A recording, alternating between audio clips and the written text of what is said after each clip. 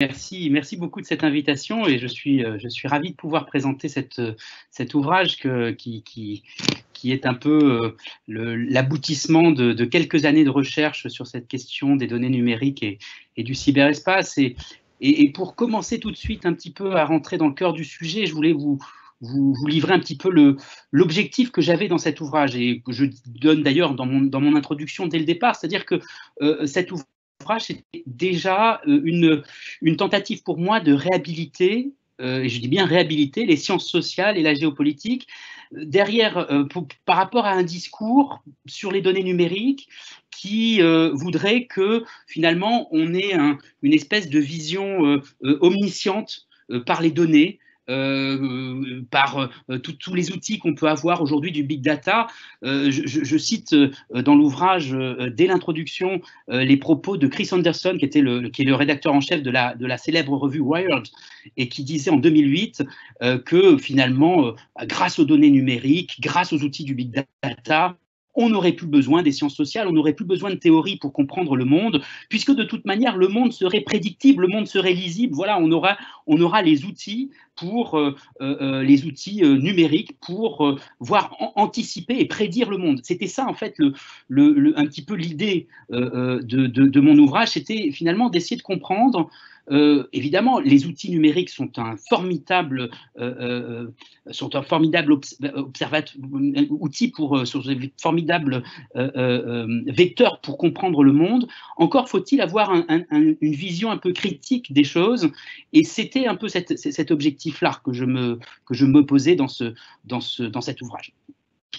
Alors, pour ça, ça va demander effectivement, et ça m'a demandé de réfléchir à la manière dont on peut penser les données numériques, non pas simplement comme des outils techniques, mais aussi comme des constructions sociales, des constructions qui sont des constructions humaines et qui sont aussi des relations de pouvoir entre les individus. Et c'est en ce sens qu'elles peuvent être géopolitiques, c'est-à-dire la géopolitique, si on veut savoir qu'est-ce que c'est que la géopolitique, c'est tout simplement l'étude déjà des relations de pouvoir sur des territoires. Donc, en ce sens, les données numériques ne sont pas complètement neutres, objectives. Et le premier effort que j'ai dû faire, c'est donc d'essayer d'interpréter comment les données numériques sont construites et qu'est-ce qu'elles signifient d'un point de vue géopolitique. Et ce que je vais essayer de faire là dans cette brève présentation, c'est d'essayer de vous donner une espèce de panorama des grands champs de réflexion que j'ai ouverts dans cet ouvrage. Évidemment, je vais survoler des thématiques, et puis je serai évidemment pas exhaustif. Il s'agit, je pourrais pas en quelques minutes, quelques dizaines de minutes, tout retracer, mais voilà, on va essayer quand même de respecter un petit peu la structure de pensée que j'avais mis en place dans cet ouvrage. Je vais essayer de voir avec vous justement comment on peut repenser les données numériques d'un point de vue géopolitique. Je vous montrerai en quoi ces données peuvent être en voie de territorialisation et qu'il y a bien des territoires aujourd'hui en lutte et donc des pouvoirs en lutte pour accéder à ces données, pour générer ces données, etc. Et puis, j'essaierai aussi de réfléchir dans une dernière partie sur la manière dont l'usage des données peut reconfigurer la relation entre un pouvoir et des territoires. Voilà, donc ça va être un peu la manière de structurer ma présentation ce soir. Et commençons tout de suite par ce point donc, qui est de savoir comment repenser les données d'un point de vue des sciences sociales et d'un point de vue géopolitique.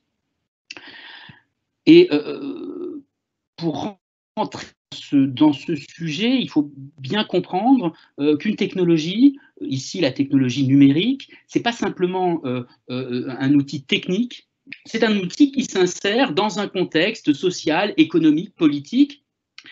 C'est un outil qui va pouvoir être instrumentalisé par des acteurs. Les acteurs qui l'utilisent vont avoir des finalités, des stratégies, et en retour, effectivement, cet outil va pouvoir aussi modifier la manière dont ces acteurs agissent dans le champ du social et dans le champ du politique. En ce sens, si on prend la question des données numériques, et qu'on essaye de sortir d'une définition strictement technique. La définition technique d'une donnée, pour rappeler quand même les faits, c'est une donnée d'un point de vue statistique, d'un point de vue technique, c'est tout simplement une observation faite sur un objet ou sur un phénomène. Et cette observation, elle va pouvoir être quantitative ou qualitative. Si je dis par exemple le pull de Pierre est vert, bah, je viens de donner une information sur le pull de Pierre et j'associe ici cette information qui peut être qualifiée de donnée. Hein. Ici, on aura une donnée qui sera plutôt qualitative. Donc voilà, ça c'est, je dirais, la définition technique. Or, cette définition pourrait apparaître très neutre. En réalité, elle ne l'est pas. Parce que les données, et ça, je cite un auteur qui me semble très novateur dans cette approche, et en tout cas qui a beaucoup travaillé cette question des données, c'est le géographe britannique Rob Kitchin, qui a travaillé sur ces questions-là depuis plus de 20 ans, utilisant aussi les théories de Bruno Latour, si vous connaissez les approches de la sociologie des sciences. Et il nous dit effectivement les données ne sont pas indépendantes des idées, des instruments, des pratiques qui sont utilisés pour les générer, pour les traiter, les analyser. Ça peut paraître une phrase un petit peu complexe, en réalité, elle est très simple à comprendre. C'est-à-dire que, par exemple, aujourd'hui, on parle beaucoup des données de santé. On sait très bien que les données de santé n'ont pas la même signification en Europe, aux États-Unis ou en Chine. Et d'ailleurs, on le voit bien aujourd'hui dans les débats qu'il peut y avoir sur les fameuses applications qui sont déjà générées, qui sont déjà en application en Chine et dont on voit très bien qu'en Europe et en particulier en France, il peut y avoir des débats sur la manière d'utiliser ces données. Donc, ça veut dire quoi? Ça veut dire effectivement que la manière dont on va générer des données dépend aussi des contextes socioculturels dans lesquels elles s'inscrivent. En ce sens, Rob Kitchin nous proposait une description assez complexe. Alors, je ne vais pas revenir dans le détail de son tableau, mais on voit bien comment les données vont s'insérer dans ce qu'il appelle les éléments sociotechniques d'une société, c'est-à-dire quand on va produire des données, on s'inscrit d'abord dans une certaine forme de connaissance. Si on génère des données, c'est parce qu'on veut créer de la connaissance et donc on va qu'on va avoir des finalités épistémologiques. On ne génère les données que pour ce qu'on veut trouver. Et donc, il faut d'abord vouloir chercher des éléments, mais la génération de données, elle dépend aussi d'un contexte économique, politique. On génère des données parce qu'on pense en avoir un certain nombre d'avantages, qu'on pense pouvoir tirer du profit de ces données. Elles s'insèrent dans des gouvernementalités, dans des registres juridiques. On voit bien aujourd'hui que les données sont encadrées par des lois, en fonction d'ailleurs de volonté politique. Et voilà donc tout un tas d'éléments qui nous amènent à avoir une réflexion sur la donnée qui n'est plus du tout technique, mais qui s'insère dans un cadre politique, économique et somme toute géopolitique, hein, où on a des acteurs qui vont avoir des relations de pouvoir entre eux. Donc tout ça, si vous voulez, ça nous amène à penser la donnée pas simplement comme un outil qui va nous permettre de créer du savoir et du coup d'orienter la décision. La pyramide que je vous présente ici, c'est l'une des pyramides traditionnelles des sciences de la communication et de l'information qui nous disent finalement que les données sont le socle qui va nous permettre de créer de l'information, puis du savoir, puis de comprendre le monde, et sur la base de cette compréhension, qui va nous permettre de prendre de bonnes décisions. Donc, sur la base de ce socle, vous voyez, la donnée, elle est considérée à la fois comme un élément abstrait et comme un élément finalement qui est considéré comme un élément objectif d'observation du monde.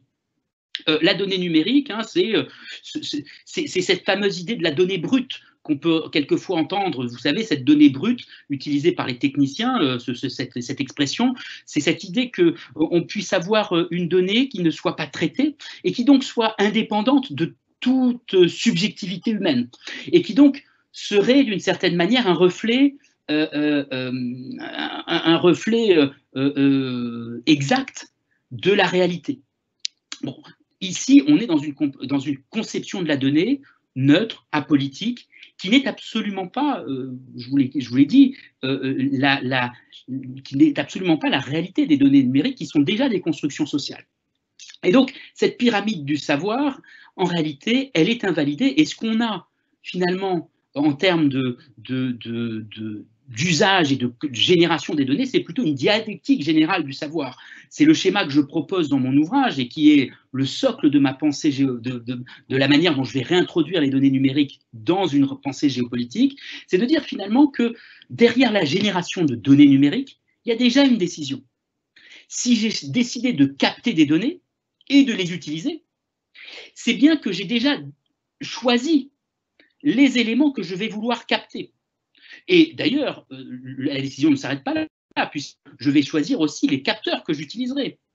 Des capteurs plus ou moins intrusifs. On le voit bien aujourd'hui, tous les débats qu'on peut avoir sur la vie privée.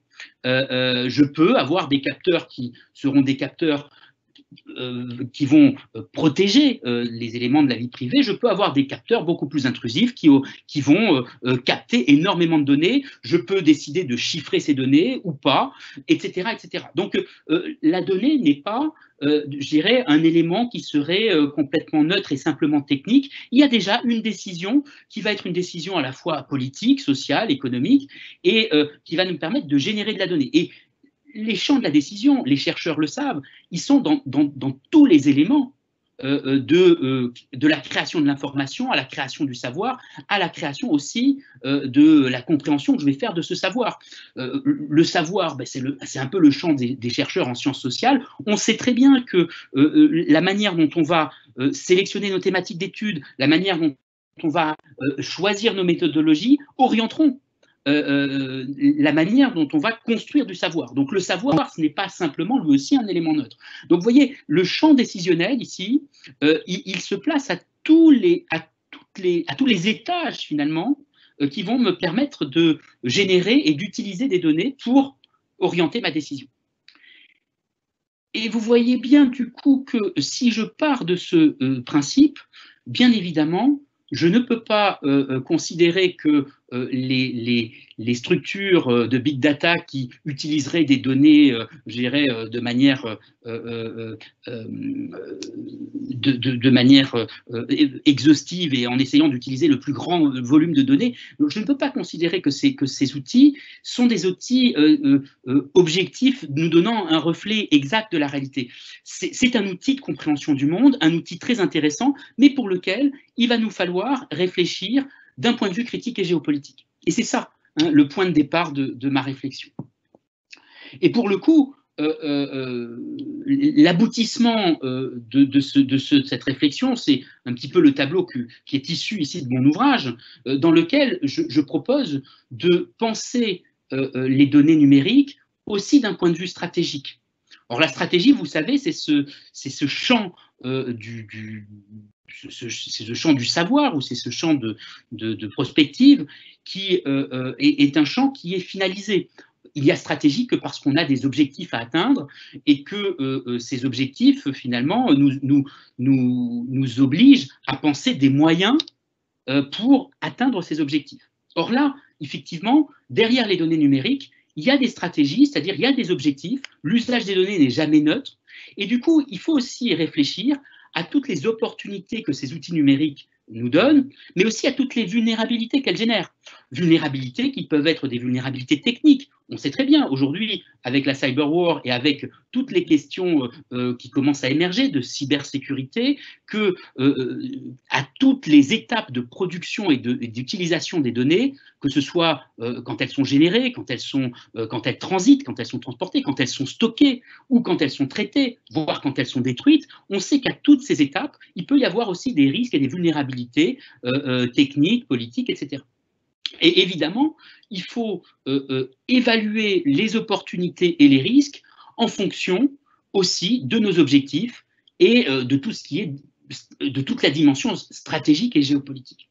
Donc voilà, vous voyez, le fait de repenser la donnée d'un point de vue géopolitique, ça nous oblige de nous détacher un petit peu des simples questions techniques pour essayer de voir en quoi, derrière la production de données, derrière le stockage des données, derrière le transport des données, il y a aussi des rapports de pouvoir qui sont à l'œuvre, des stratégies d'acteurs, et du coup, on va pouvoir commencer notre travail réel qui va être de faire de la géopolitique. C'est-à-dire, une fois qu'on a identifié les acteurs, on va pouvoir essayer de penser ces relations de pouvoir. Voilà, et donc, une fois que je vous ai dit ça, ben, faisons de la géopolitique à proprement parler, et voyons en quoi on peut parler de territorialisation des données numériques. Hein. Je rappelle un petit peu la définition classique en France de la géopolitique. Hein. Étudier l'étude des rivalités de pouvoir sur des territoires, c'était la définition d'Yves Lacoste dans les années, à la fin des années 70, et elle est toujours valable. Et donc, effectivement, ici, l'idée, c'est de voir finalement ces données numériques qu'on pourrait croire intangibles, qu'on pourrait croire complètement évanescentes. En réalité, elles dessinent des territoires et elles dessinent des relations de pouvoir.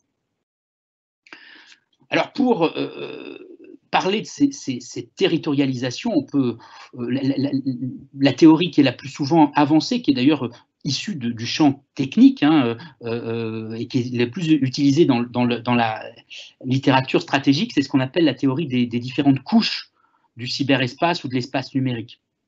Alors, suivant les auteurs, il peut y avoir plusieurs nombres de couches. On peut aller de 2 à 3, à 4, 5, 6, 7. Je vous présente celle qui est la plus, je dirais, la plus classique, qui structure l'espace numérique ou le cyberespace en 3 couches, c'est-à-dire l'idée qu'il n'y a pas de cyberespace sans une couche physique, matérielle. Bon, ben là, en ce moment, on est tous devant un ordinateur qui est bien solide, bien tangible, qu'on peut toucher, manipuler. Cet ordinateur est connecté à tout un réseau de câbles, de serveurs, qui sont aussi des infrastructures matérielles. Et donc, tout cet hardware, hein, c'est une couche qui va nous permettre justement de générer de l'espace numérique. Et puis après, vous avez évidemment dans cet espace numérique une couche logique. C'est toutes les applications, tous les logiciels qui vont permettre à ces différentes machines de communiquer les unes avec les autres, avec d'ailleurs différents types de logiciels. Il peut y avoir des logiciels, il y a des protocoles qui sont des protocoles de base, et puis après il peut y avoir des logiciels plus ponctuels, plus superficiels, on dira. Par exemple, le logiciel qui nous permet aujourd'hui de communiquer les uns avec les autres. Et puis vous avez une troisième couche, on dira, dans cet espace numérique, qui est la couche sémantique. Si l'espace numérique c'était simplement des 0 et des 1, je vous rappelle que tout le numérique fonctionne d'abord sur ce codage binaire, ben, ça ne nous permettrait pas, nous, en tant qu'acteurs humains, de discuter ensemble et d'échanger. Donc, il faut voir aussi que derrière ces données numériques, derrière cet espace numérique, vous avez une couche sémantique qui fait intégralement partie de cet espace numérique. Et à partir de cette structure par couche, on commence à voir une territorialisation émerger. Bon, là, je vous présente une carte qui est assez traditionnelle, qui est la carte des câbles sous-marins. On voit bien ici que cette carte assez traditionnelle montre déjà un certain nombre de rapports de pouvoir, et notamment la centralité ici des États-Unis, qui est lisible dans la manière dont le hardware se répartit dans le monde. De la même manière qu'une carte montrant les serveurs hôtes, c'est-à-dire les serveurs qui vont centraliser les requêtes des différents serveurs secondaires, cette géographie des serveurs hôtes, elle va aussi montrer une certaine centralité américaine, même si cette carte est déjà ancienne, et aujourd'hui, vous avez bien évidemment des rééquilibrages qui se montrent. Mais en revanche, vous voyez aussi que vous avez des territoires qui sont relativement dépendants de l'extérieur pour accéder à ces données numériques, et notamment tous les territoires de l'Afrique subsaharienne. Donc là, vous avez déjà aussi un rapport de pouvoir qui émerge au sein, d'une certaine manière, de cette couche physique. De la même manière que, si je continue dans cette description ici, vous voyez bien qu'ici, vous avez une carte qui a été conçue par un de mes collègues, Kevin Limonier, qui montre la manière dont les réseaux sociaux sont utilisés de par le monde. Cette carte est elle aussi assez ancienne, mais elle est encore assez pertinente, et elle montre surtout le fait que les usages, par exemple, des moteurs de recherche ne sont pas identiques, qu'on soit aux États-Unis, en Russie ou en Chine. Et vous le savez, ici, vous avez une forme de territorialisation qui apparaît à travers les acteurs qui seront utilisés pour les réseaux sociaux, pour les moteurs de recherche. Et du coup, on a aussi une territorialisation de la couche sémantique. Parce que, d'une certaine manière, on a aussi des langues qui se diffusent de plus ou moins sur le net et qui vont créer cette forme de territorialisation.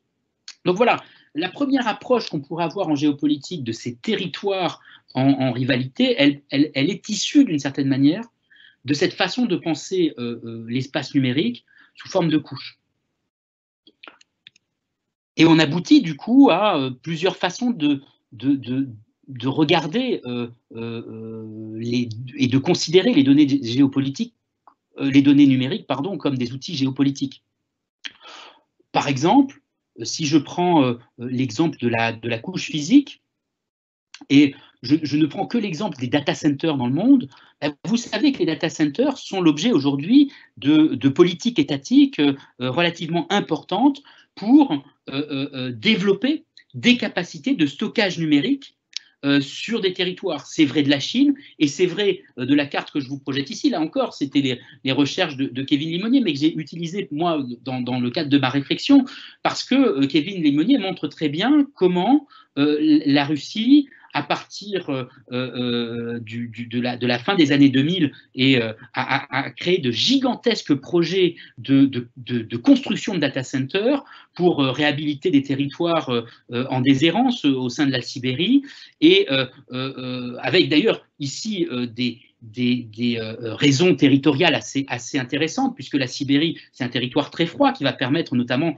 de refroidir naturellement ces data centers qui créent beaucoup d'énergie thermique. Et cette politique volontariste de la Russie, c'est une politique qui a des visées stratégiques très claires. D'abord, la Russie veut contrôler ses propres données, et donc elle crée les infrastructures lui permettant d'héberger sur son territoire ses données stratégiques et les données de ses citoyens, mais elle a aussi une visée régionale, celle de conserver une influence numérique, et on le voit très bien aujourd'hui par rapport à la relation qu'elle peut développer avec notamment l'Asie centrale, de conserver une influence numérique sur une zone plus ou moins large autour de la Russie. Donc là, il y a une vraie volonté d'affirmation de puissance qui passe aussi par la création d'infrastructures physiques. Et si vous regardez la politique chinoise actuelle, je pense notamment à ce qu'on appelle la Digital Silk Road, on est à peu près dans la même logique. C'est-à-dire la Chine, aujourd'hui, investit des sommes colossales sur le tracé de cette fameuse route de la soie, qui est une politique officielle. Elle investit des sommes colossales pour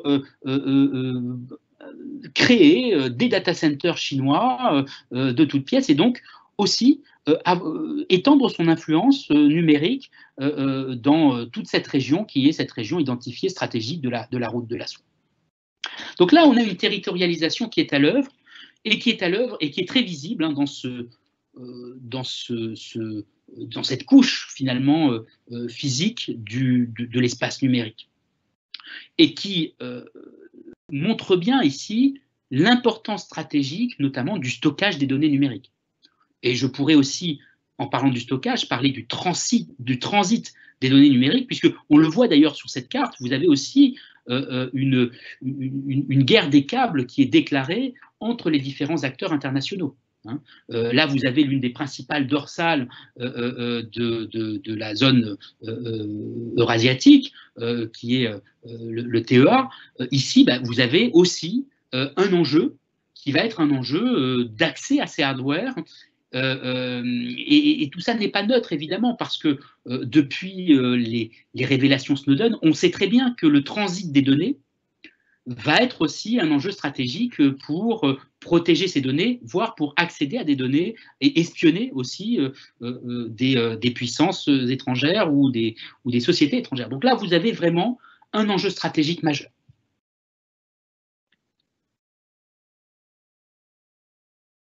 Un deuxième façon de penser cette territorialisation, elle se pense sous la forme logique, logicielle, si vous voulez, ou applicative. Alors, on pourrait le champ de ce domaine du numérique, du champ applicatif du numérique, il est gigantesque. Donc je prends qu'un seul exemple ici, qui est justement l'exemple que j'étais en train d'aborder, qui était l'exemple du routage des données, des flux de données. Vous savez que les flux de données dans l'espace numérique, ils se font par saut de puce, on va dire, en passant par ce qu'on appelle des routeurs qui vont réorienter ces données vers la destination finale vers laquelle vous voulez les envoyer. Et donc, évidemment, ces routeurs agissent par l'intermédiaire d'algorithmes, qu'on appelle des algorithmes de routage. Et ces algorithmes, qui avaient été pensés au départ comme des algorithmes strictement techniques, très concrètement, le protocole TCP/IP, on y reviendra tout à l'heure, qui va permettre ce transit des données, était originellement pensé pour envoyer les données de la manière la plus rapide d'un point A à un point B. Très rapidement, et on le voit notamment, là encore, suite à l'affaire Snowden, où finalement la suprématie américaine faisait que la plupart des données qui transitaient dans l'espace numérique passaient à un moment ou à un autre par le territoire américain. On a bien vu aujourd'hui qu'on a des tentatives de créer, si vous voulez, des territoires numériques par l'intermédiaire d'algorithmes de routage qui seraient territorialisés, qui nous permettraient de contrôler ici les flux de données de par le monde. Et de contrôler les flux de données et de s'assurer notamment que les flux de données passant, par exemple, les flux de données internes à la France puissent, par exemple, être territorialisés sur un territoire national et non pas sortir du territoire. Donc là, il y a tout un travail qui s'est fait et qui se fait depuis finalement le début des années 2010 et notamment les révélations Snowden qui ont accéléré ce processus. Alors, ça a été, si vous voulez, une prise de conscience. L'affaire Snowden, c'est 2013, et vous voyez ici les travaux qui avaient été faits par, à l'époque, la chaire Castex, qui montraient notamment comment des flux de données pouvaient être captés ici par les États-Unis. Alors là, il s'agissait des flux de données en Europe. La carte que vous voyez ici s'afficher montrait, c'est indiqué en haut, les visites mensuelles estimées sur les 25 sites les plus visités. Donc, pays par pays, vous prenez la liste des 25 sites les plus visités mois par mois. C'est assez simple à obtenir, cette liste. En France, par exemple, vous allez sur le site de Médiamétrie et ils vont vous donner les sites les plus visités en France. Sans surprise, vous allez tomber sur Google, Amazon, à de très bonnes places. Et donc, vous pouvez tout à fait comprendre que les sites que vous allez consulter, notamment Google, notamment Amazon, vont faire transiter les données que vous y insérez vers les États-Unis. Donc là, vous avez effectivement une proportion de données gigantesque au niveau européen, et la même carte avait été réalisée à la même époque du côté chinois, et vous voyez ici que vous aviez une stratégie chinoise qui est beaucoup plus centrée sur le territoire national, avec des applications qui étaient et des sites qui étaient visités, qui étaient là essentiellement chinois. Donc on a ici une vraie forme de territorialisation qui apparaît dans les flux de données.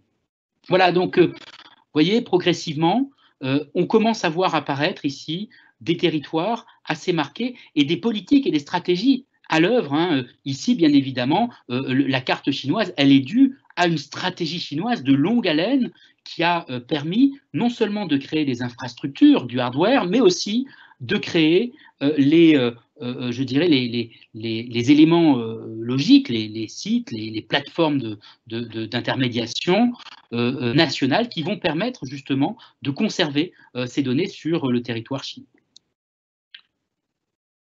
Voilà, et le dernier élément qu'on pourrait évoquer ici dans cette territorialisation, c'est finalement tous les aspects juridiques par lesquels cette territorialisation va également passer. aujourd'hui, mais c'est un processus qui d'ailleurs a commencé à émerger dans le courant des années 2000, mais qui s'est là encore qui a été conforté par les révélations de l'affaire Snowden. Vous avez tout un champ d'États aujourd'hui et tout un ensemble d'États qui commencent à penser à des lois qu'on appelle des lois de data localisation.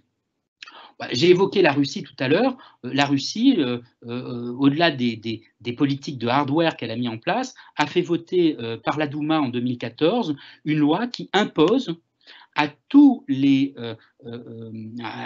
entreprises qui devraient traiter des données de citoyens russes d'héberger ces données sur le territoire russe. Voilà une loi qu'on appellerait de data localisation, où là, la localisation, elle est comprise de manière très stricte.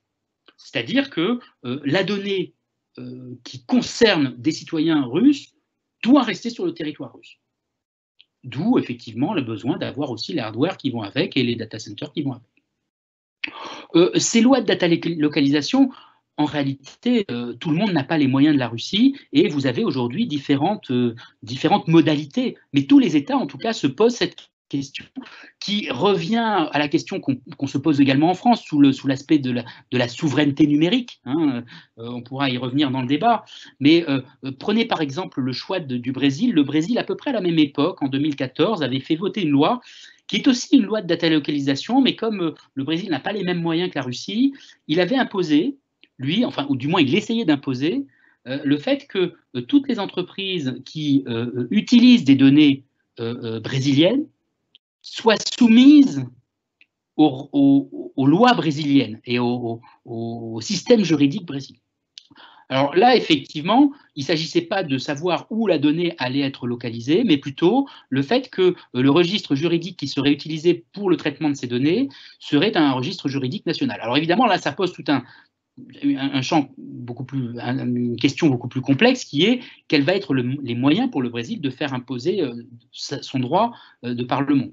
Et effectivement, c'est une question qui se pose. Et c'est une question qui se pose également en Europe. Je vous rappelle que l'Europe a aussi fait son propre registre juridique pour les données sous la forme du RGPD, le fameux Règlement général de protection des données qui parle ici des données privées.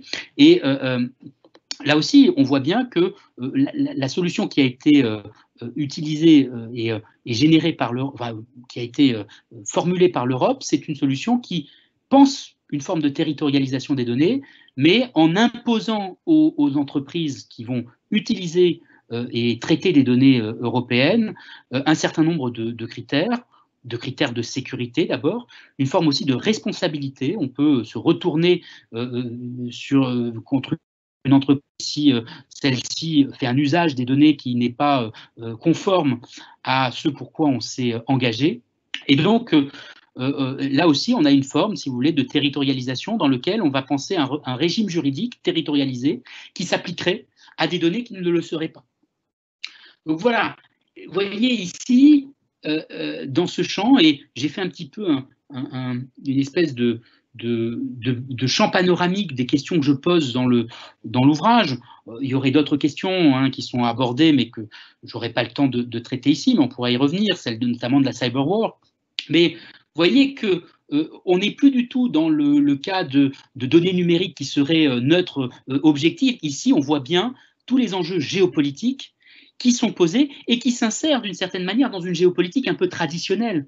Ici, qu'est-ce qu'on voit apparaître? On voit des États, des rapports de force, des rivalités, finalement, les outils classiques que l'on utilisait auparavant dans la géopolitique pour observer le monde. Alors ça, c'est le premier champ de réflexion. Le deuxième champ, il s'interroge sur la manière dont l'usage des données transforme les relations entre un pouvoir et des territoires, entre un pouvoir et des sociétés. De fait, je vous l'ai dit, le cyberespace, tout comme les données, sont des phénomènes qu'on pourrait dire sociotechniques. Ils n'ont pas simplement des des caractéristiques techniques, ils s'insèrent dans un contexte social et ils vont d'une certaine manière le modifier. C'était ce que nous disait le juriste Laurence Lessig de manière assez précoce en 1999, alors même qu'on n'était pas encore inséré dans ces logiques où on parlait de cyberespace et d'espace numérique. Et à l'époque, il avait sorti un ouvrage tiré d'ailleurs d'un petit article que vous pouvez retrouver sur le net assez facilement, dans lequel l'ouvrage s'intitulait tout simplement Code is Law. Le code, c'est la loi. Ou le code fait loi. Qu'est-ce qu'il nous disait à travers cette petite formule? Il nous disait d'une certaine manière, quand vous êtes dans l'espace numérique, finalement, la manière dont est structuré l'espace numérique, c'est-à-dire les algorithmes qui vont être générés pour le faire fonctionner, ces algorithmes vont déterminer d'une certaine manière les relations de pouvoir qui vont s'inscrire entre les internautes et ceux qui vont créer cet espace numérique. Prenons un exemple tout simple. Si vous allez vous inscrire vous êtes juriste, voilà, comme Laurence Lessig, et vous allez vous inscrire sur une plateforme de chat pour juristes, vous pouvez avoir plusieurs façons de vous inscrire. Vous pouvez prouver que vous êtes juriste, donc vous allez donner une preuve qui va être nominative ou non. On peut imaginer des preuves qui ne seraient pas nominatives, et vous allez limiter votre inscription à cette preuve-là. Donc, vous allez d'une certaine manière respecter d'autres champs de la vie privée. Vous n'allez pas mettre votre âge, vous n'allez pas indiquer d'autres éléments, votre sexe ou autre, qui pourraient indiquer un certain nombre de choses. Ou on peut tout à fait imaginer cette même plateforme juridique vous demandant des renseignements très précis sur vous êtes juriste, mais où, pour qui travaillez-vous, depuis combien de temps, etc., etc.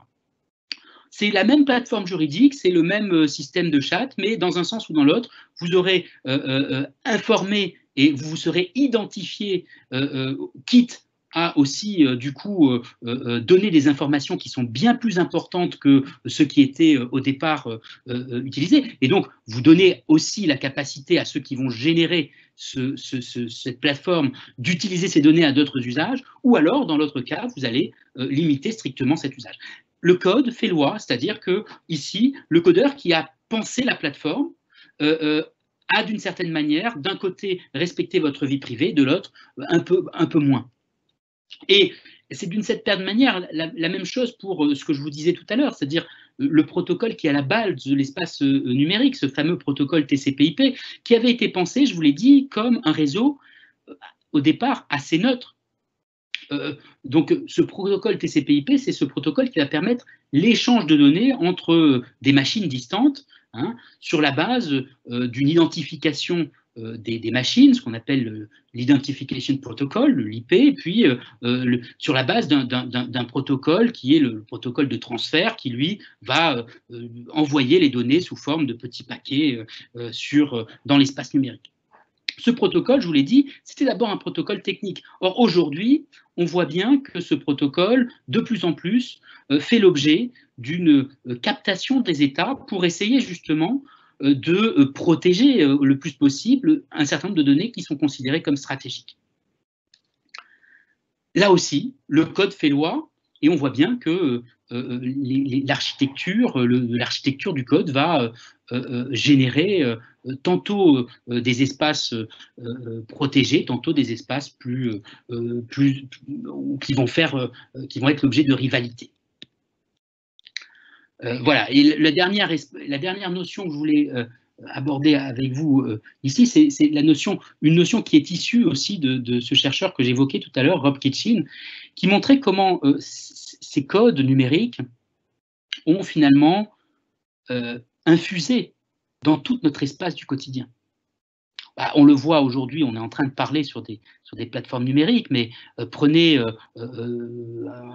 tous les espaces dans lesquels dans lequel que vous allez utiliser au quotidien. Prenez le supermarché, prenez la route, la route intra-urbaine avec les feux de circulation. Tous ces espaces sont en réalité des espaces qui sont contrôlés d'une certaine manière par des codes numériques.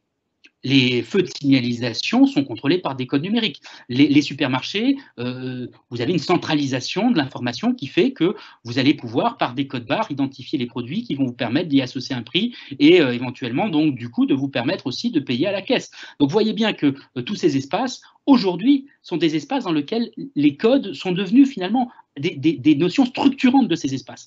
Et donc, on voit bien ici comment le numérique est aussi, d'une certaine manière, un élément qui vient codifier notre rapport à l'espace, qui vient contrôler nos vies quotidiennes et qui sont aussi des outils de pouvoir. Alors, je donne plusieurs exemples dans l'ouvrage.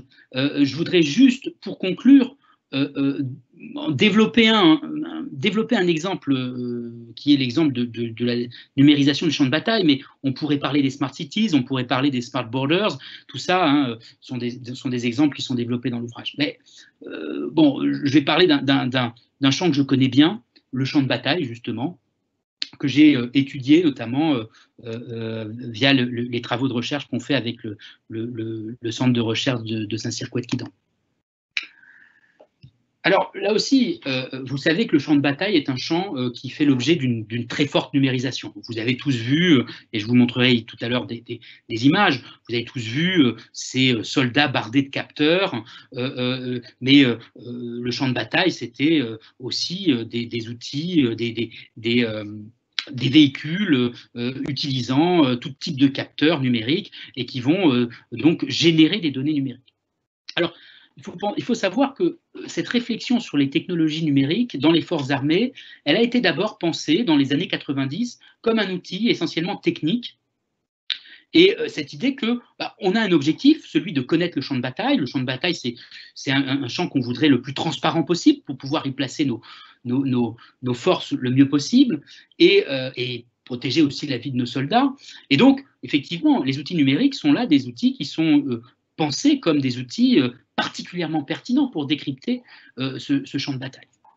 Mais en réalité, on peut là déjà y appliquer une réflexion critique. De fait, derrière cette numérisation, il y a un certain nombre de croyances, d'idéologies qu'on peut identifier.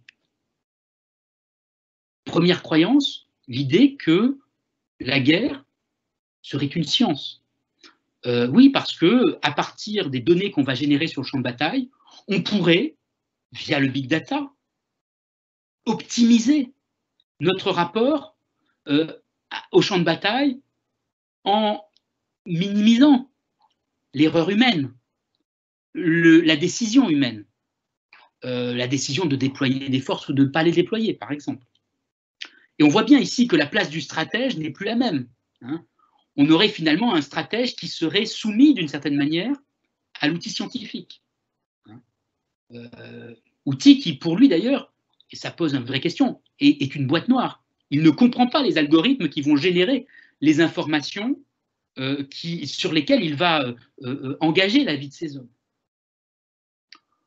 La deuxième croyance qu'on voit émerger derrière cette numérisation du champ de bataille, c'est l'idée que l'avantage informationnel, l'avantage numérique, l'avantage technique est un avantage déterminant face à nos adversaires. Ça repose d'une certaine manière sur une idée qu'on avait vue émerger dans les années 90, qu'on appelle de manière assez technique la RMA, c'est-à-dire la révolution dans les affaires militaires. C'était cette idée, effectivement, c'était quelque chose qu'on avait vu, et forcément, qu'on avait vu émerger au temps de la guerre du Golfe, la première guerre du Golfe dans les années 90, où effectivement il y avait tout un tas de nouvelles technologies qui avaient été employées, et c'était cette idée que les nouvelles technologies nous fourniraient forcément un avantage stratégique. Or, on l'a vu après, dans les guerres en Irak, en Afghanistan en particulier, on a été en difficulté face à des adversaires qui étaient beaucoup moins avancés que nous au niveau technique et qui pouvaient quelquefois renverser le rapport technologique à leur avantage. Donc là aussi, une croyance, vous voyez, ou une idée, ou une idéologie qui peut être critiquée. Après, et ça on va le commenter un peu plus tard, cette idée que le champ de bataille est un espace clos. Hein, cette idée que le champ de bataille, c'est un espace qu'on voudrait séparer du reste du monde. Or là, avec la numérisation du champ de bataille, ça va devenir de moins en moins le cas, et je vais vous le montrer après. Et cette idée, mais justement, je vais commenter ces deux idées. Cette idée aussi que le champ de bataille serait, la numérisation du champ de bataille serait un processus top-down. Hein. On aurait de numérique sur le champ de bataille que des outils dont on aurait parfaitement le contrôle parce que il serait l'objet, si vous voulez, d'un projet qui serait un projet parfaitement contrôlé. Cette idée du processus top-down, bah, c'est l'idée que toutes les technologies qu'on va insérer sur nos soldats, ici je vous montre justement ce programme Félin, hein, qui fait du soldat un soldat numérique, il est bardé de capteurs. Toutes ces technologies sont ces technologies qui ont été commandées en amont et qui font l'objet d'un contrôle étroit par le haut. Hein. De la même manière que le programme Scorpion, qui est un programme qui devrait amener justement aussi à moderniser nos équipements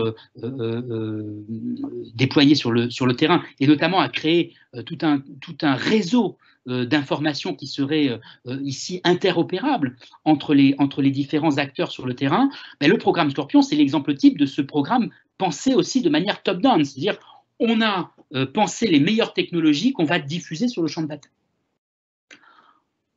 Et effectivement, du coup, on voit bien déjà que ce champ de bataille, il est déjà un petit peu différent du champ de bataille traditionnel.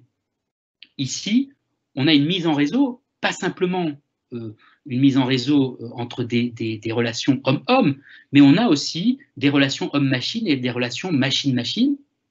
Et on voit bien que ce champ de bataille, bah, il perturbe la manière de commander traditionnellement. Traditionnellement, le commandement était hiérarchisé et le chef de bataillon faisait référence et faisait confiance à ses intermédiaires pour gérer les commandes sur le terrain. Là, on voit bien que d'une certaine manière, l'information étant centralisée, on va avoir des relations qui seront différentes et on va avoir des relations qui vont impliquer aussi des machines qui, elles aussi, vont traiter l'information. Donc, on a déjà un champ de bataille qui s'est transformé. Mais notre champ de bataille, ce n'est plus ce champ de bataille simplement clos. Parce que l'ensemble des acteurs qui sont déployés sur le champ de bataille, c'est des acteurs qui sont insérés dans cet espace numérique, par exemple, par le biais des réseaux sociaux. On l'a vu dès les batailles, dès la guerre en Afghanistan, vous aviez en 2007 des stratégies utilisées par les acteurs irréguliers pour contacter directement des soldats déployés sur le terrain et les menacer via leur compte Facebook. Ce qu'on a appelé, d'une certaine manière, je prends l'expression d'un chercheur américain, Charles Dunlap, qui a parlé ici d'hyper-personnalisation de la guerre. Oui, les soldats sur le terrain aujourd'hui peuvent être identifiés, et c'est vrai d'un côté comme de l'autre, hein, aussi du côté des acteurs irréguliers, peuvent être identifiés par le biais des informations qu'ils ont eux-mêmes générées dans le champ de l'espace numérique. Donc on voit bien ici qu'on a une distinction, cette idée que le champ de bataille est un monde clos, s'efface progressivement et on voit bien que par le biais du numérique, on a ici une interpénétration entre la vie privée et puis la vie professionnelle, publique. Alors c'est vrai du champ de bataille, ce sera vrai d'autres champs également, et ce sera vrai d'autres questions. Et vous voyez bien aussi ici que cette idée que la numérisation serait un simple processus top-down s'effondre également. Ici, on a un processus qui est venu par le bas, qui est venu par nos agents, qui ont eux-mêmes généré de l'information sur les médias sociaux ou sur les réseaux sociaux, et qui vont être soumis aussi à ces informations-là, ou qui vont être, ces informations vont transformer notre relation au champ de bataille. Ça a été vrai aussi de l'exemple assez récent. Vous vous souvenez peut-être de cet exemple en janvier 2018, la fameuse application Strava. L'application Strava, c'est une application qui est une application sportive au départ, hein, qui nous permet, via une géolocalisation, de mesurer nos performances, notamment dans la course. Et c'est une application qui était très utilisée par les armées, notamment par les soldats. Or, cette utilisation sur les théâtres de guerre ont fait qu'un étudiant australien s'est rendu compte qu'en utilisant les données qui étaient des données open source, les données Strava, il pouvait identifier ici des sites stratégiques sur des théâtres de guerre. Donc là, vous voyez une base russe en Syrie, par exemple.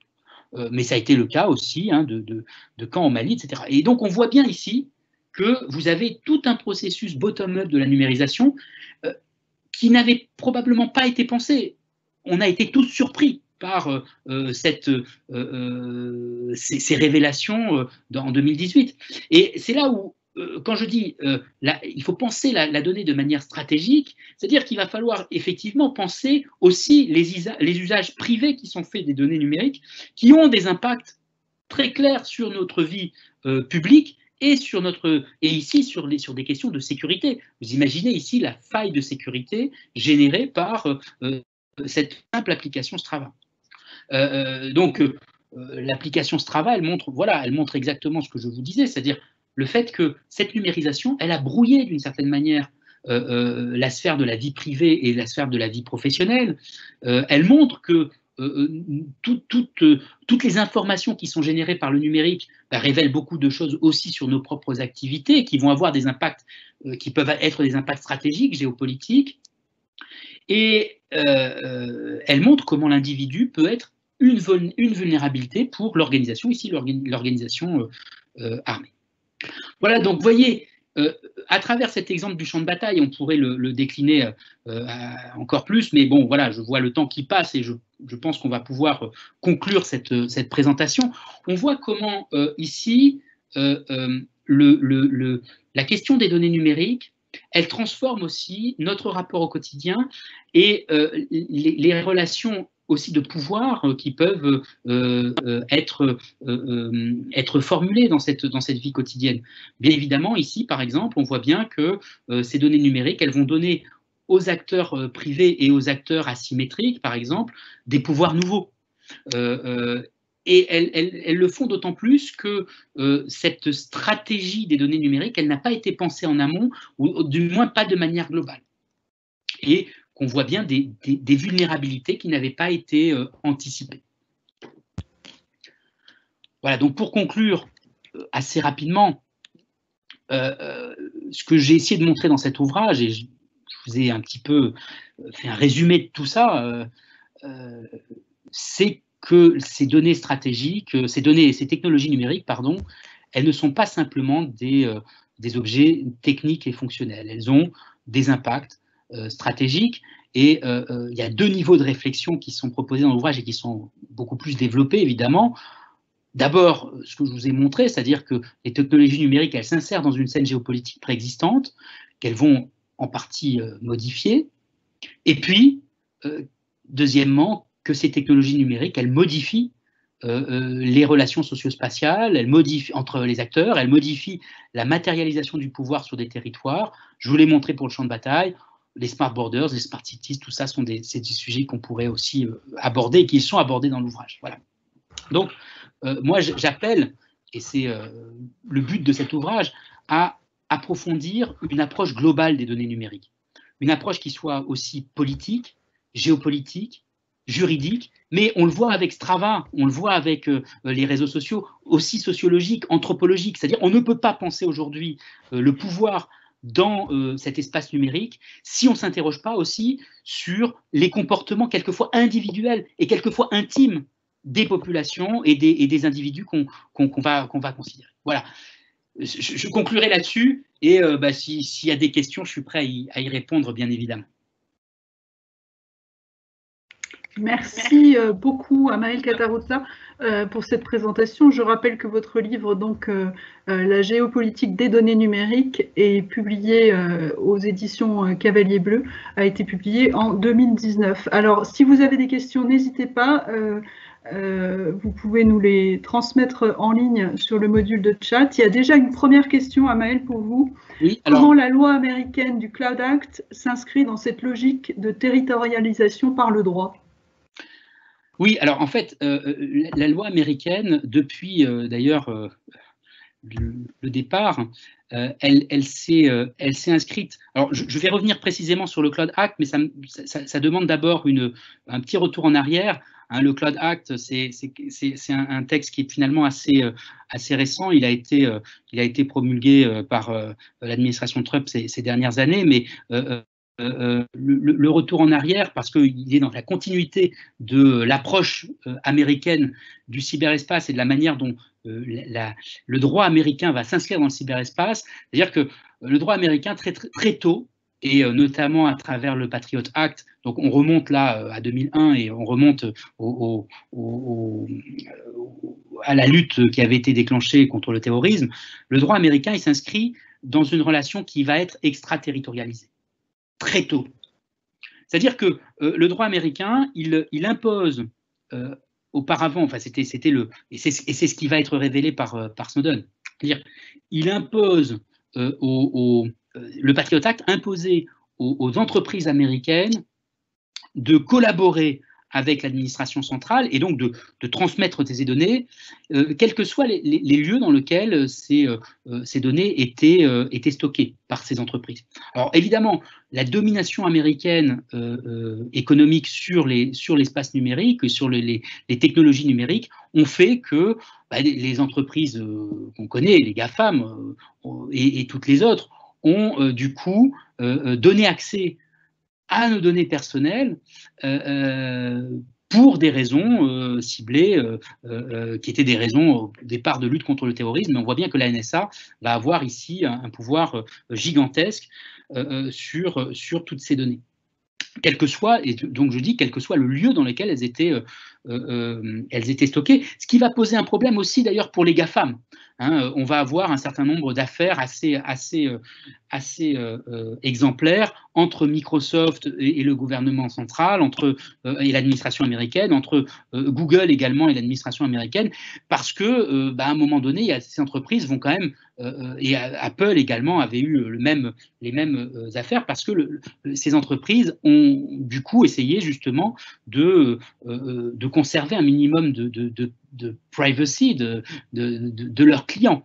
Elles devaient avoir une relation de confiance aussi avec leurs clients. Donc ça, c'est, je dirais, le background. Et le Cloud Act, c'est une loi qui va permettre de simplifier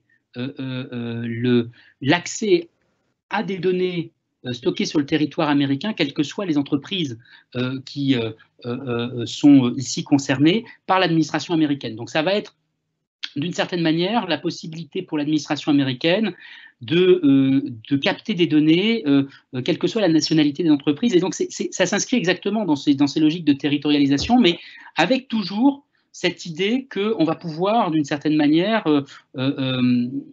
bénéficier, si vous voulez, de l'avantage aujourd'hui technique et économique qu'ont les Américains sur ces données. Donc, on est toujours dans une relation stratégique qui voudrait que les Américains essayent d'utiliser à leur avantage l'avance qu'ils ont technique et économique sur cette production de données. Donc là, on est dans la continuité d'une certaine manière de cette volonté d'avoir un pouvoir extraterritorial via l'usage des données. Une deuxième question pour vous, Amael, une question du président de l'association Cyberie de l'IERI, Marius Campos. Que pensez-vous du développement du Web 3.0 un nouvel Internet qui est décentralisé et basé sur la récente technologie blockchain. Vous avez évoqué Code is Law de Lawrence Lessig. Ces 3 mots sont la base philosophique des précurseurs de la blockchain, tels que Vitalik Buterin. On voit les puissances mondiales s'engager les unes après les autres dans une course technologique en faveur du développement de solutions blockchain qui ont parfois une portée internationale. Open source, certains maximalistes vont même jusqu'à penser qu'il s'agit là des seuls combats qui valent le coup d'être menés. Pensez-vous que cette technologie, s'annonçant au moins aussi révolutionnaire qu'Internet, va rebattre certaines cartes de la territorialisation des données? Alors oui, là, il y a tout un champ que je n'ai pas abordé et qui, d'ailleurs, pourrait là aussi s'inscrire un petit peu dans la continuité des technologies blockchain. Ça a été évoqué dans la question. Il y a effectivement le développement de l'espace numérique a généré aussi des contre-courants qui essayent de penser la manière dont ces technologies pourraient être utilisées différemment et pourraient être notamment plus respectueuses à la fois de la vie privée, mais aussi des rapports des rapports de force internationale. Et la blockchain en fait partie, c'est-à-dire comme tout le courant d'ailleurs qui s'inscrit dans la question de l'open source et qui essaye de trouver des champs qui pourraient échapper au pouvoir marchand qu'il y a derrière. Vous voyez que il y a plusieurs niveaux de pouvoir dans le numérique. Il y a effectivement le pouvoir étatique que j'ai pu évoquer, mais il y a aussi et surtout le pouvoir économique de certaines grandes entreprises. On pense aux GAFAM, mais on pourrait parler des BATX chinoises. Donc là, effectivement, il y a toute une contre-courant qui s'inscrit dans un rapport à des technologies qui pourraient être des technologies entre guillemets plus, je dirais entre guillemets durables, c'est-à-dire qui seraient plus respectueuses et peut-être plus sécurisées. La blockchain en fait partie. Alors, je ne suis pas un spécialiste de la blockchain, mais je sais que c'est un champ qui est aujourd'hui exploré, notamment pour penser des technologies qui pourraient être des technologies aussi de souveraineté numérique. C'est-à-dire, derrière la blockchain, vous avez aujourd'hui aussi des États qui s'interrogent sur le fait que l'usage de la blockchain pourrait permettre de générer des applications qui seraient beaucoup plus sécurisées et qui permettraient notamment de respecter la souveraineté. Alors, voilà, je ne suis pas un spécialiste de ces questions-là, mais je sais qu'il y a en tout cas tout un champ qui pourrait être exploré. Et a priori, celui qui posait la question semble être déjà être déjà en possession d'un certain nombre d'informations. Là,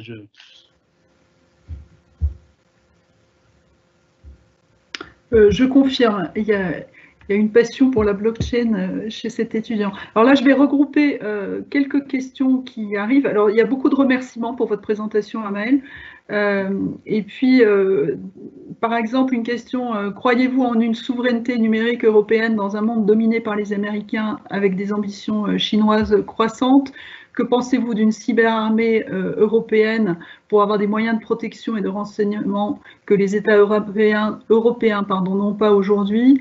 Ou encore, ne se dirige-t-on pas finalement vers un totalitarisme numérique avec des projets de Smart City, développement de reconnaissance faciale, etc. Alors, ça fait beaucoup de questions, mais je vais essayer d'y répondre une par une. Donc, il y avait souveraineté européenne. Oui, c'est surtout la question de la souveraineté européenne, puis de cyberarmée européenne. Et puis, il y avait la question d'une forme de totalitarisme numérique, quoi. Oui.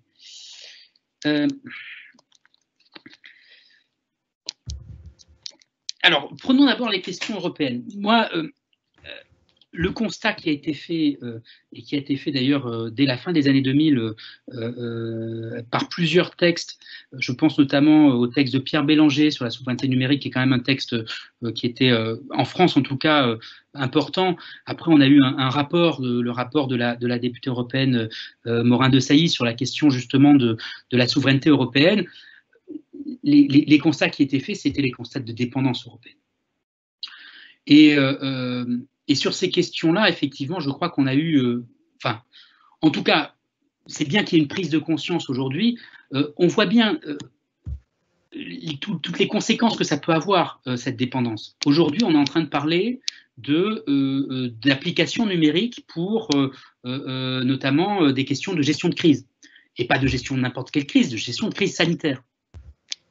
Moi, je suis a priori favorable, entre guillemets, à l'utilisation de technologies numériques pour faciliter notamment la détection de chaînes de contamination et de chaînes de contamination qu'on pourrait détecter le plus vite possible et donc potentiellement prévenir les gens qui, étant contaminés, ne le savent pas encore et peuvent contaminer d'autres personnes. Donc là, on voit bien effectivement qu'il peut y avoir des technologies, des usages des technologies qui pourraient être tout à fait intéressants. Or, qu'est-ce qu'on voit aujourd'hui dans ce débat sur les applications? C'est tout simplement notre dépendance, puisque aujourd'hui, parmi les éléments qui sont mis en avant dans le débat, c'est notre relation avec Apple et Google. Tous ceux qui aujourd'hui ont un téléphone, un smartphone, savent très bien qu'ils n'ont le choix que de deux systèmes d'exploitation, soit celui de Google, Android, soit celui d'Apple sur leur téléphone. Donc là, effectivement, on a une vraie dépendance qui va avoir des conséquences durables, et dans tous les champs, je dirais, de notre quotidien. Voilà, donc là, aujourd'hui, on est obligé de négocier avec ces acteurs. Et du coup, on est obligé aussi de penser, et c'est ce qui est en train d'être fait un petit peu, c'est-à-dire de penser comment, dans cette relation dissymétrique qui, je pense, est actée pour de longues années, dans cette relation dissymétrique, comment développer des technologies, des solutions techniques qui nous préservent une certaine autonomie stratégique. Alors, je ne sais pas si c'est la solution adéquate. Là, aujourd'hui, l'INRIA, avec l'Allemagne aussi, nous propose pour cette application, puisque j'étais sur cet exemple-là, une solution, un protocole, le protocole Robert, qui pourrait normalement préserver à la fois l'anonymat des données et la relation avec les acteurs américains. Mais on voit bien que la question est complexe. Aujourd'hui, l'Allemagne fait le choix plutôt de partir vers la solution qui leur est proposée par Apple et par Google. Alors, je ne dis pas que Apple et Google feront un mésusage de ces données, hein. On ne sait pas, mais effectivement, on voit bien qu'ici, va se poser la question, une question stratégique pour le coup, de savoir comment gérer cette dissymétrie. Alors, là encore, la question qui était posée tout à l'heure, est-ce que la blockchain est une solution? Je sais aujourd'hui que la Russie, par exemple, investit beaucoup dans cette technologie à des fins stratégiques. Tout comme d'ailleurs d'autres investissent aujourd'hui dans l'intelligence artificielle. On voit bien aujourd'hui qu'il y a tout un champ stratégique qui est en train de se tourner vers une évolution, des évolutions techniques qui pourraient être des outils nous permettant de développer cette autonomie stratégique.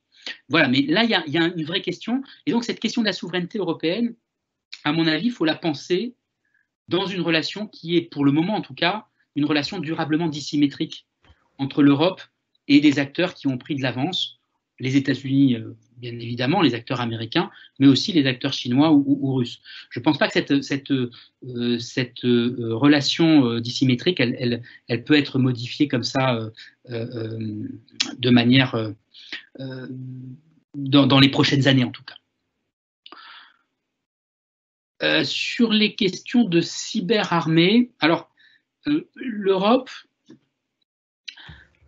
il y a une collaboration européenne dans tout ce qui est question de cyberdéfense, mais il faut bien comprendre que aujourd'hui, le champ de la cyberdéfense en Europe, alors il faudrait qu'on creuse là, ça nous amènerait très loin, mais le champ de la cyberdéfense en Europe, il est structuré d'abord autour de pôles qui sont des pôles nationaux. En France, on va avoir un ComCyber qui structure nos champs, et du coup, effectivement, on n'a pas, mais comme d'ailleurs on n'a pas d'armée européenne à proprement parler, mais on n'a pas de cyberarmée européenne. La seule chose qui agit de manière régionale au niveau de ces doctrines militaires de cyberdéfense, on veut dire, c'est pas tant l'Europe que l'OTAN. L'OTAN qui, elle, pour le coup, comme organisation, va être d'une certaine manière un outil qui va générer de la doctrine qui progressivement va être insérée au sein des différentes nations européennes. On le voit bien, quels ont été les premiers écrits qui ont généré de la doctrine au sein de l'Europe en cyberdéfense, mais ça va être notamment le manuel de Tallinn, qui était créé ou qui a été écrit à l'initiative de l'OTAN. Le manuel de Tallinn, c'était 2012, il me semble, en termes de production. Et effectivement, c'est à partir de ces années-là qu'on voit se structurer au sein des différents États des structures de cyberarmée différentes en France, en Allemagne, etc. Voilà, donc ça c'est pour les questions européennes. J'espère que je réponds aux questions. Et juste pour la dernière question, donc la question du totalitarisme numérique. Alors moi, je suis très très prudent en général dans sur les discours qui prônent soit une espèce de société ultra-démocratique, ouverte, prônée par le numérique et un certain nombre d'acteurs, soit par le discours dystopique inverse qui voudrait que justement le numérique produise une société totalitaire dans laquelle tous nos comportements seraient contrôlés, etc. Je pense que, et c'est d'ailleurs le sens de mon ouvrage, et c'est le sens, je crois, de mon intervention aussi, l'outil ne fait pas la politique. L'outil, il s'insère dans un champ politique, et on voit très bien que l'outil numérique ne génère pas les mêmes débats en Europe et en France qu'en Chine. Oui, en Chine, l'outil numérique est un instrument de pouvoir qui va permettre de contrôler des populations, de contrôler leur mobilité et éventuellement aussi de faire la chasse aux opposants. On voit bien, en revanche, que dans d'autres États, les objectifs politiques étant différents, on va avoir des usages qui seront différents du numérique. Alors, je ne dis pas qu'il ne faut pas avoir aujourd'hui et penser aujourd'hui des contre-pouvoirs. Et très concrètement, on voit bien qu'un certain nombre d'outils, je pense par exemple à l'outil comme un outil aussi banal que l'outil qui a été, c'était quoi? C'était Linky, je crois, qui permet de contrôler nos compteurs électriques. Bon, aujourd'hui, on sait que quelques acteurs politiques dans certaines villes ont proposé, par exemple, que ces outils puissent être utilisés pour savoir si, oui ou non, il y a quelqu'un dans la maison. Ça pourrait l'être.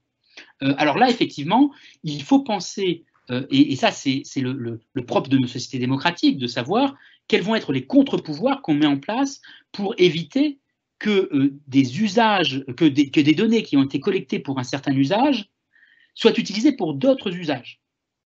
Et là, effectivement, je pense qu'il y a toute une réflexion à avoir sur quel contre-pouvoir on met en place dans une société démocratique pour, effectivement, que l'usage des données soit fait de manière transparente. Mais voilà, je ne pense pas que l'outil en tant que tel va créer du totalitarisme, tout comme je ne pense pas que l'outil va créer une société, entre guillemets, plus démocratique et plus ouverte. Je pense que l'outil est très intéressant pour un certain nombre de choses.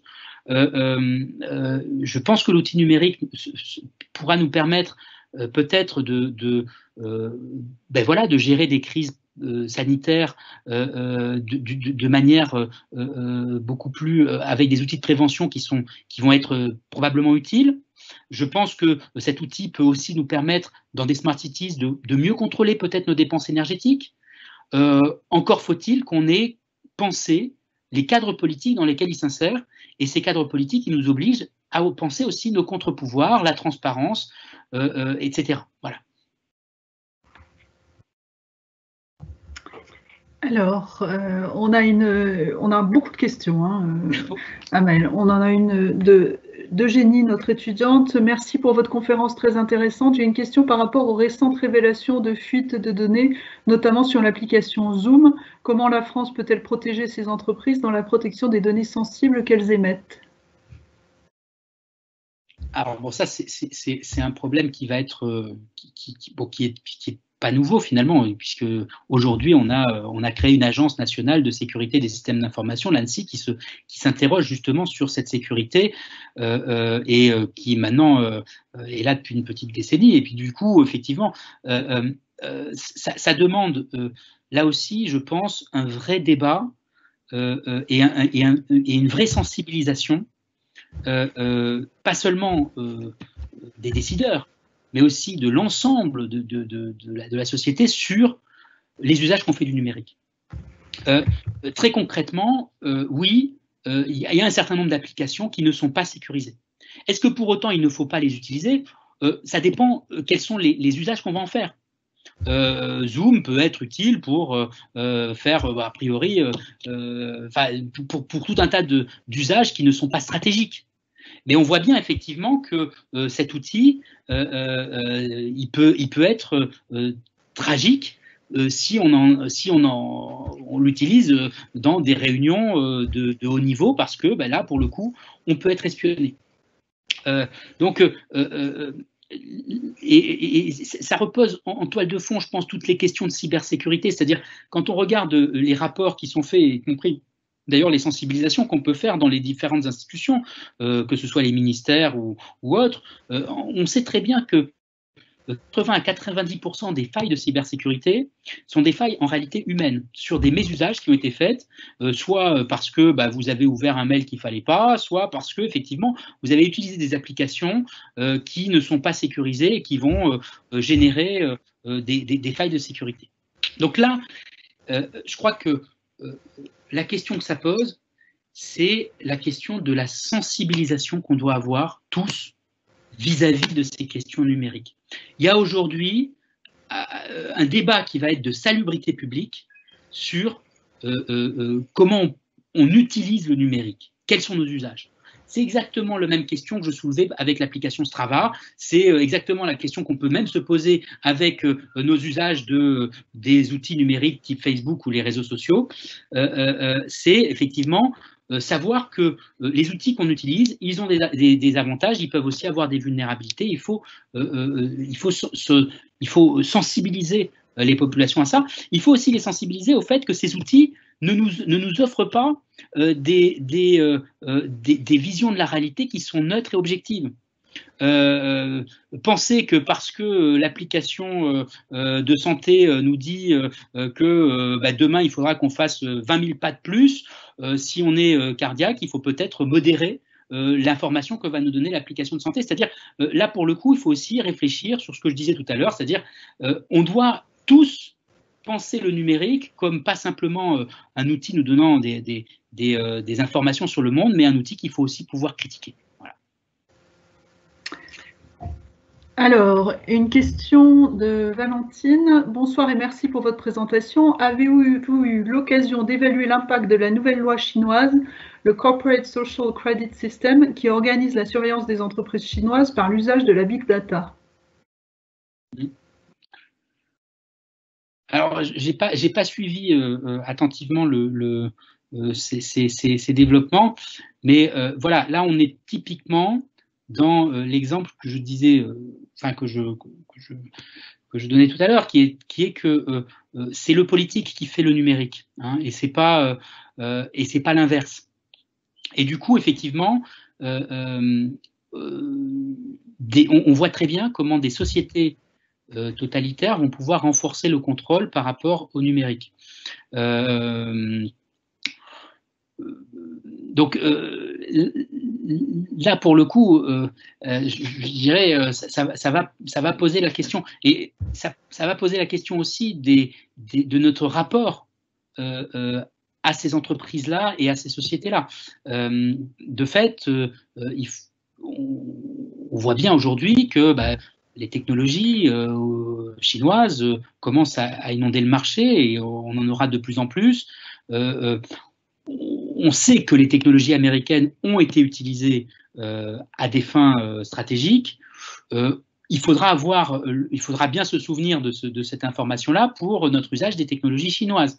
Donc là, il faut, je dirais, au-delà des simples conséquences en Chine, où là, effectivement, je dirais, le système va conforter son contrôle sur les populations. On voit bien que ça pose aussi des questions stratégiques à plus large échelle. Alors voilà, j'ai pas d'informations plus précises sur ce développement chinois, mais bon, voilà, l'élément principal que je tire, c'est le fait que le politique définit le numérique. Et là, on a l'exemple type, je dirais, par rapport à cet usage particulier de cette technologie. Une question un peu technique, comment peut-on envisager une fin de la neutralité du protocole TCP/IP quand on sait que l'adressage IP est géré par l'IANA, organisme américain de l'ICANN? Oui, alors ça c'est un peu technique, et puis l'ICANN, c'est un organisme qui s'est un peu modifié également. Donc, a priori, il ne dépend plus du département de commerce américain comme ça a pu l'être auparavant. Alors, il faut bien voir que l'adressage n'est pas le seul phénomène qui gère le protocole TCP/IP dans son ensemble. L'adressage, c'est, vous savez, quand vous tapez une adresse sur Internet, vous allez avoir un .fr, un .com, un .edu, un etc., qui en fait, effectivement, est géré par une organisation centrale qui d'ailleurs ne fait pas intervenir que des acteurs américains. C'est une organisation plutôt technique à la base, avec multinationales. On a eu un certain nombre de Français qui ont participé aussi et qui participent encore au débat qu'il peut y avoir à l'intérieur. Alors, certes, je ne minimise pas le pouvoir que peut avoir l'adressage. Moi, je suis aussi spécialiste des Balkans. Je sais par exemple que le Kosovo, il attend encore d'avoir une adresse .ko par exemple, qui pourrait être l'adresse du Kosovo. Or, bon, aujourd'hui, il n'a pas encore obtenu cette adresse. Alors d'ailleurs, c'est pas totalement le seul fait de l'ICANN, puisque derrière, il y a aussi une agence de normalisation qui agit et qui n'a pas reconnu le Kosovo comme un État indépendant. Je vous rappelle que le Kosovo, il est reconnu par 90 États dans le monde. Donc voilà. Donc certes, l'adressage a un pouvoir politique, mais l'adressage n'est pas en tant que tel une procédure qui va, à mes connaissances, elles sont limitées en technique, mais peut-être que vous aurez d'autres éléments à faire valoir, mais c'est pas un élément qui va complètement influer sur le fonctionnement du protocole TCP/IP dans les flux de données. Donc là, je pense que les seuls éléments que j'ai sur la manière dont ça a pu être utilisé, dont le protocole TCP/IP a pu être modifié, c'est les éléments qui avaient été mis en place à l'époque par l'Allemagne, notamment l'Allemagne en modifiant les codes de routage de ces routeurs, avait pu proposer, c'était Deutsche Telekom qui avait fait ça, avait pu proposer au milieu des années 2010 un dispositif qui s'appelait Email in Germany. Et ce dispositif qui s'appelait Email in Germany proposait d'assurer aux internautes allemands que quand ils envoyaient un email à destination de l'Allemagne, cet email ne sortirait pas du territoire allemand. Donc voilà, j'ai pas d'informations plus précises sur ces algorithmes de routage. Là, pour le coup, je renverrai à des techniciens. Mais en tout cas, je sais qu'il y avait des tentatives qui avaient déjà émergé et qui montraient qu'il y avait possibilité d'avoir des transits entre guillemets souverains. Maëlle, pour terminer, je crois que je vais regrouper deux questions, si vous me le permettez. Comment conjuguer respect de la vie privée des utilisateurs, souveraineté nationale ou européenne et lutte contre la criminalité en ligne, sachant que la criminalité peut être en ligne ou utiliser Internet pour masquer une partie de ses activités?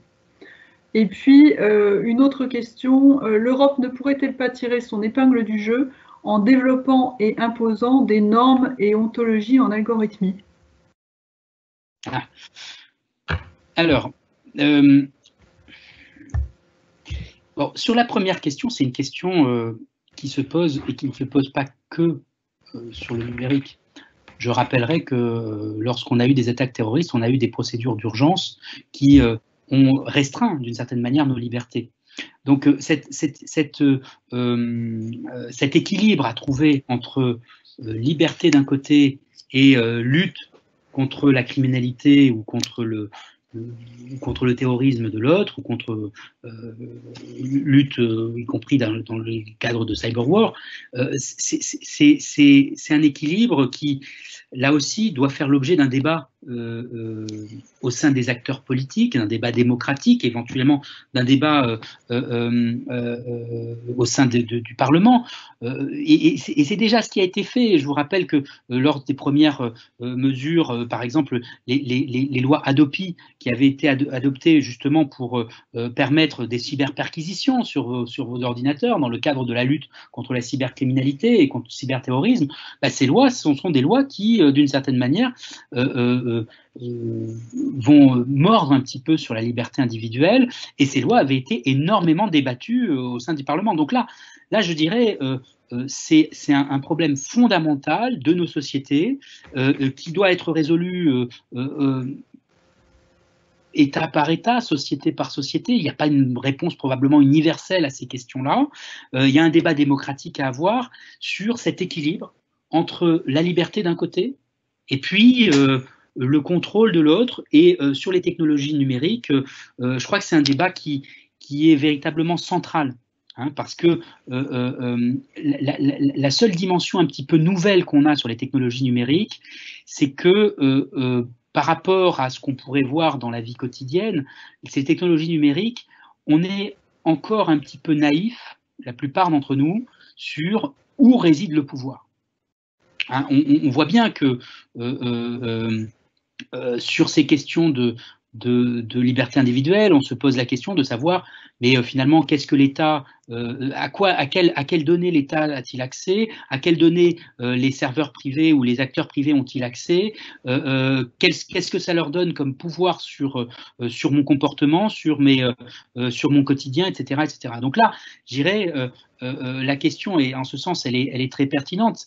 Elle m'amène justement à cette idée il faut véritablement qu'on ait aussi une sensibilisation et un débat assez large pour penser les lieux de pouvoir du numérique.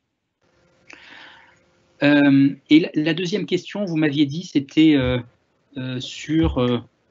Alors, j'ai oublié laquelle c'était.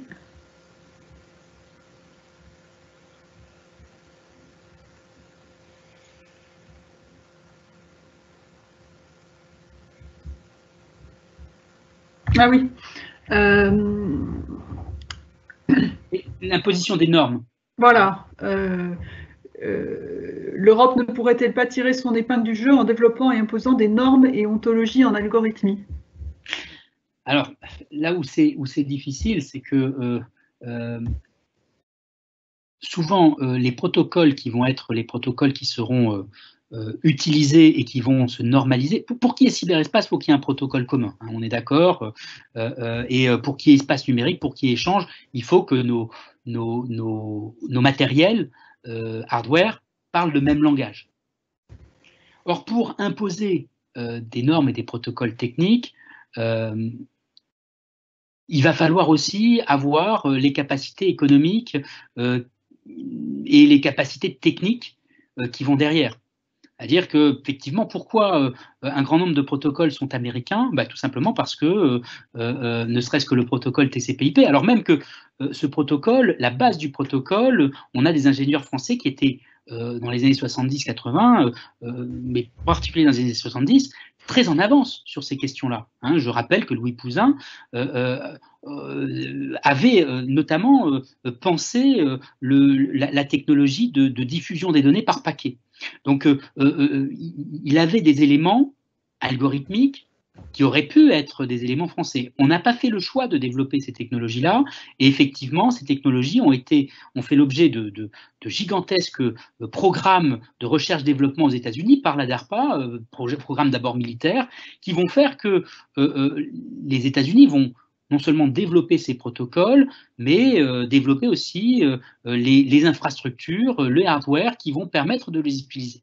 Et donc, il serait un peu naïf de penser que parce qu'on aurait juste les idées, si vous voulez, ça va nous permettre de les diffuser de par le monde. Ici, il faut à la fois les idées, mais aussi la capacité technique, économique de pouvoir les imposer. Aujourd'hui, cette même question que vous vous posez, c'est la question que se pose la Chine. Et la Chine a développé un certain nombre de protocoles qu'elle veut effectivement et de normes et de standards qu'elle veut aujourd'hui diffuser par le biais de ces technologies. Donc, est-ce que nous, on a les capacités techniques et les technologies permettant de développer de diffuser ces protocoles? Je ne pense pas. En revanche, là où l'Europe essaye de tirer son épingle du jeu, c'est sur le champ du juridique, et on le voit bien. Souvent, on parle de la capacité normative de l'Europe et du pouvoir normatif de l'Europe. Hein, c'est vrai dans le numérique comme dans d'autres champs. Peut-être que là-dedans, effectivement, l'Europe a des choses à développer, et notamment dans les usages qu'elle va faire du numérique par rapport au cadre juridique. On a un modèle on a un modèle à promouvoir dans le monde.